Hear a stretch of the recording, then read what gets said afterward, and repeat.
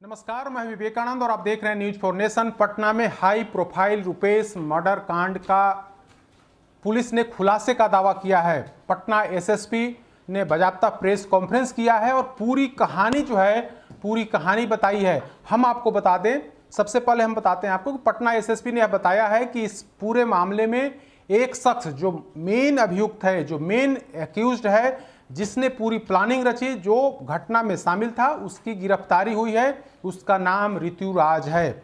Patna SSP की तरफ से यह दावा किया गया है कि रोड रेज की घटना की वजह से ऋतुराज ने इस तरह की घटना को अंजाम दिया है। पटना एसएसपी उपेंद्र शर्मा की तरफ से जो जानकारी दी गई है, उन्होंने जो बताया है, हम आपको तमाम वो बात बता रहे हैं कि आखिर रुपेश की हत्या क्यों की गई। पटना एसएसपी उपेंद्र शर्मा ने बताया है कि करीब नवंबर महीने में लोजपा दफ्तर के पास जो चौराहा है पटेल चौक, उसी जगह पर रुपेश सिंह की गाड़ी और जो अपराधी है, उस अपराधी की गाड़ी, जो अपराधी बाइक से था और रुपेश सिंह अपनी गाड़ी से थे, 4 व्हीलर गाड़ी से थे। उस दिन वहां पर गाड़ी से टक्कर हुई थी। अपराधी जो ऋतुराज है वो मरते मरते बचा था, यानी कि जबरदस्त टक्कर हुई थी और उसके बाद टक्कर के बाद दोनों में बकझक हुआ था, दोनों में हाथापाई की नौबत आई थी। खबर तो यही है कि रुपेश सिंह ने उस लड़के की वहां पर पिटाई कर दी थी। इसके बाद वह लड़का इनकी गाड़ी का नंबर याद कर लिया। दरअसल वो लड़का पिटने के बाद भी वहां से इसलिए भागा क्योंकि वह चोरी की बाइक लेकर के चल रहा था, यानी कि चोरी गाड़ी चुराना यानी बाइक चुराना इस लड़के की सगल थी। यह व्यक्ति जो अपराधी जिसे पटना पुलिस ने गिरफ्तार किया है, पटना एसएसपी ने जो पूरी कहानी बताई, उसमें कहानी बताई कि यह पढ़ा लिखा आदमी है, या घर से भी सुखी संपन्न है, लेकिन इसका संगत जो है, गलत संगत की वजह से इसने इस तरह का कांड किया। यह पहले बाइक चोरी का धंधा करता था, बाइक चोरी की बाइक पर यह चलता था, और उस दिन भी जिस दिन घटना घटी, जिस दिन रोड रेज की घटना घटी, उस दिन भी चोरी की बाइक पर वहां से चल रहा था और वहीं पर पटेल चौक पर रुपेश सिंह की गाड़ी से टक्कर हुआ और इसके बाद हाथापाई या मारपीट की नौबत आई।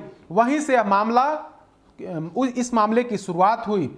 पटना एसएसपी ने यह भी बताया कि उस दिन तो इसने रुपेश सिंह की गाड़ी का नंबर याद कर लिया। उसके अगले 2-3 दिनों के बाद यह व्यक्ति हनुमान मंदिर, जो राजवंशी नगर हनुमान मंदिर है, वहां पर यह जब खड़ा था तो रुपेश सिंह की गाड़ी वहां से गुजरी। इसने देखा कि यही व्यक्ति जिससे हमारे साथ मारपीट किया, इसी व्यक्ति की गाड़ी है। उसके बाद फिर से एक बार नंबर इसके जेहन में ताजा हो गया और इसके बाद इसने पूरी प्लानिंग जो है, हत्या की प्लानिंग इसने रची है। अपने शागिर्दों के साथ मिलकर के इसने हत्या की प्लानिंग रचनी शुरू कर दी और 12 जनवरी जिस दिन हत्या को अंजाम दिया, उसके पहले 4 दफे हत्या की कोशिश, रुपेश सिंह की हत्या की कोशिश की गई। पहला जो अटेम्प्ट था वो तो राजवंशी नगर चौराहे के पास ही था, जब कोशिश थी कि राजवंशी नगर के आसपास ही रुपेश सिंह को सल्टा दिया जाए, लेकिन वहां पर सफल यह व्यक्ति या अपने गुर्गों के साथ यह सफल नहीं हो पाया। उसके बाद 2-3 जगहों पर और प्लानिंग रची, लेकिन कभी पुलिस के आ जाने, कभी टर्निंग की वजह से इसका पूरा प्लान फेल कर गया। उस दिन भी अगर 1 मिनट की देरी होती तो रुपेश सिंह अपने फ्लैट में घुस जाते, अपने अपार्टमेंट के कैंपस में घुस जाते, तो उस दिन भी सफल ये नहीं हो पाता। लेकिन इन वक्त पर इन लोगों ने घटना को अंजाम दिया और अंजाम दे करके ये लोग वहां से फरार हो गए। तो एसएसपी ने जो दावा किया है उसमें पूरी बात एसएसपी ने बताई है।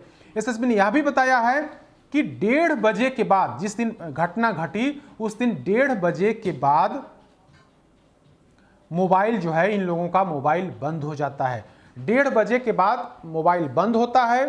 2:30 बजे ये अपराधी जो है, ऋतुराज के नेतृत्व में 4 अपराधी, 2 बाइक पर सवार होकर के 4 अपराधी निकलते हैं घटना को अंजाम देने के लिए। 2:30 बजे ये लोग घर से निकलते हैं।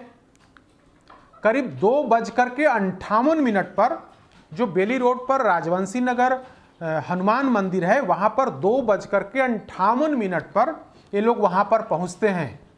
चारों अपराधी वहाँ पर पहुँचते हैं, वहाँ पर चाय पीते हैं। चाय पीने के बाद ये लोग ऑपरेशन को यानी कि घटना को अंजाम देने के लिए इसी इलाके में, पुनाई चक के इलाके में एंट्री लेते हैं। एंट्री लेते हैं, उसके बाद करीब 3 बजे से लेकर के, जब 3 बजे के बाद से ये लोग उस इलाके में पहुंचते हैं, उस गली में भी जाते हैं और उसके आसपास ये लोग सामान्य स्थिति में, ऐसा नहीं कि कोई नए चेहरा, मतलब सामान्य स्थिति में ये लोग वहां पर ठहरते हैं, बातचीत करते हैं, घूमते हैं, फिरते हैं। ये लोग आने की प्रतीक्षा कर रहे थे रुपेश सिंह की। 6:58 पर, यानी कि 3 बजे के बाद ये लोग उसी इलाके में जमे हुए थे, पूरी गतिविधि पर नजर रखे हुए थे। इन लोगों को ये लोग पूरी लोकल आदमी की तरह वहां पर व्यवहार कर रहे थे, ट्रीट कर रहे थे, घूम रहे थे, लोगों से बातचीत कर रहे थे। तो लग रहा, स्थानीय लोगों को भी लगा कि कोई लोकल व्यक्ति ही यहाँ पर आ जा रहा है। 6:58 पर इन लोगों ने घटना को अंजाम दिया, यानी कि रुपेश सिंह की गोली मार करके हत्या कर दी।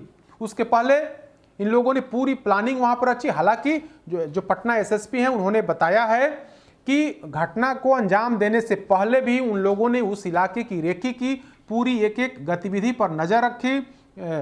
और उस दिन जिस दिन तय हुआ कि आज घटना को अंजाम दे देना है, उस दिन ये लोग करीब 3.5 घंटे उस जगह पर, उस इलाके में ये लोग वहां पर रहे हैं। पटना एसएसपी ने यह भी बताया कि जब हत्या के बाद ये लोग वहां से भागे हैं, 2 बाइक पर सवार व्यक्ति भागा है वहां से, और दीघा पटना, जो दीघा आर ब्लॉक रोड है, जो नई सड़क बनी है, उस पर ये लोग पहुंचते हैं और वहां से फिर ये लोग महेश नगर होते हुए बेली रोड पर पहुंचते हैं और बेली रोड से रुकनपुरा फ्लाईओवर क्रॉस करते हैं। और फिर वहां तक तो सीसीटीवी में दिख रहा है, लेकिन उसके बाद फिर पुलिस को पता नहीं चला। तब तक इन लोगों का मोबाइल बंद था। इस ऋतुराज, जिस व्यक्ति की गिरफ्तारी हुई है, उसका मोबाइल बंद था। उस दिन 12 तारीख को सिर्फ थोड़ी देर के लिए मोबाइल ऑन होता है और उसके बाद फिर बंद हो जाता है। पुलिस ने जो जानकारी दी है उसके अनुसार ये चारों अपराधी घटना को अंजाम देने के बाद सगुना मोड़, दानापुर के सगुना मोड़ पर पहुंचते हैं। मतलब पुनाई चक में घटना को अंजाम देते हैं, बाइक से आराम से लोग वहां से भागते हैं, आर ब्लॉक दीघा रोड पकड़ते हैं और फिर उसके बाद बेली रोड में एंट्री लेते हैं। और बेली रोड से एंट्री लेते हुए रुकनपुरा फ्लाईओवर होते हुए ये लोग दानापुर पहुंचते हैं। और दानापुर जो सगुना मोड़ है, वहां पर चारों लोग रुकते हैं। थोड़ी देर रुकने के बाद इसमें से जो शख्स है जिसकी गिरफ्तारी हुई है ऋतुराज की, वह व्यक्ति वहां गाड़ी से, यानी कि बाइक से उतर जाता है।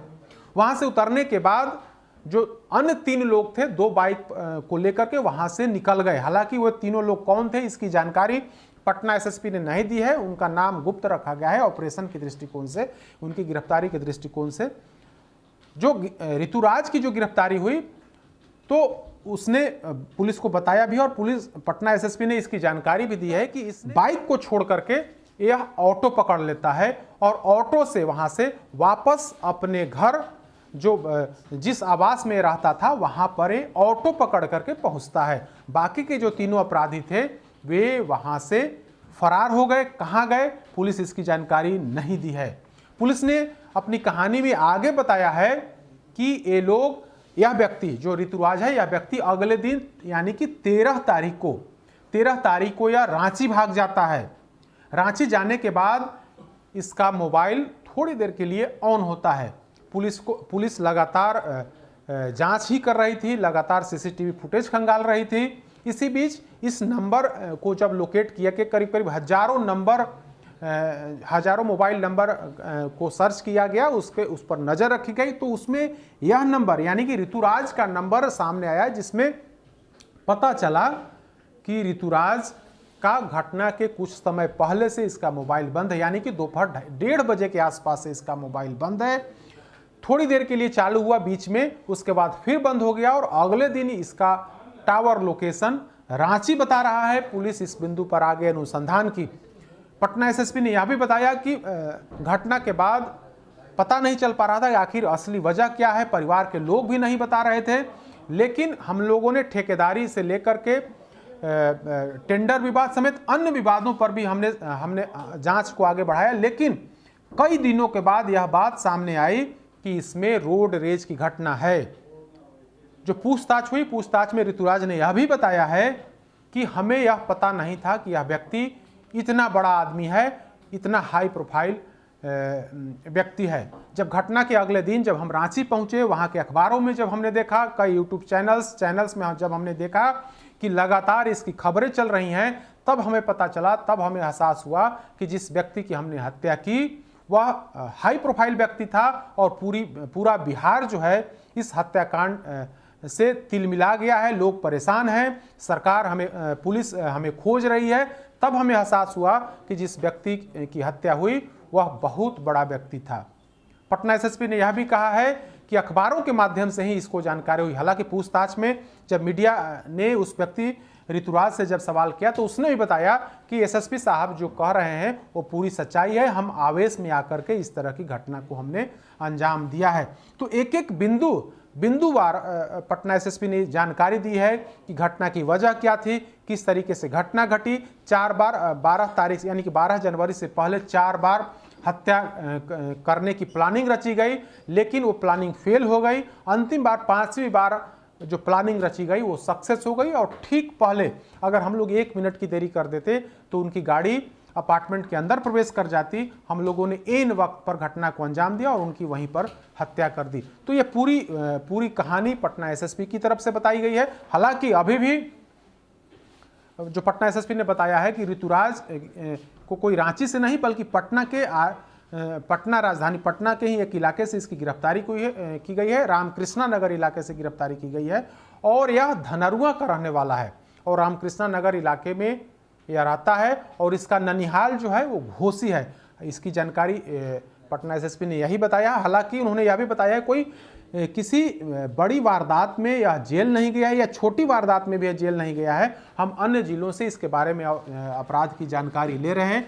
लेकिन अब वाकई में सच्चाई क्या है। लेकिन पटना एसएसपी ने तो खुलासा का दावा किया और कहा है कि इसी व्यक्ति ने हत्या की है अपने सहयोगियों के साथ मिलकर। अब देखने वाली बात होगी कि जो अन्य 3 लोग हैं उनकी गिरफ्तारी कब हो पाती। हालांकि एसएसपी ने कहा है कि जल्द ही उन तमाम लोगों की गिरफ्तारी हो जाएगी जो इस कांड में संलिप्त हैं।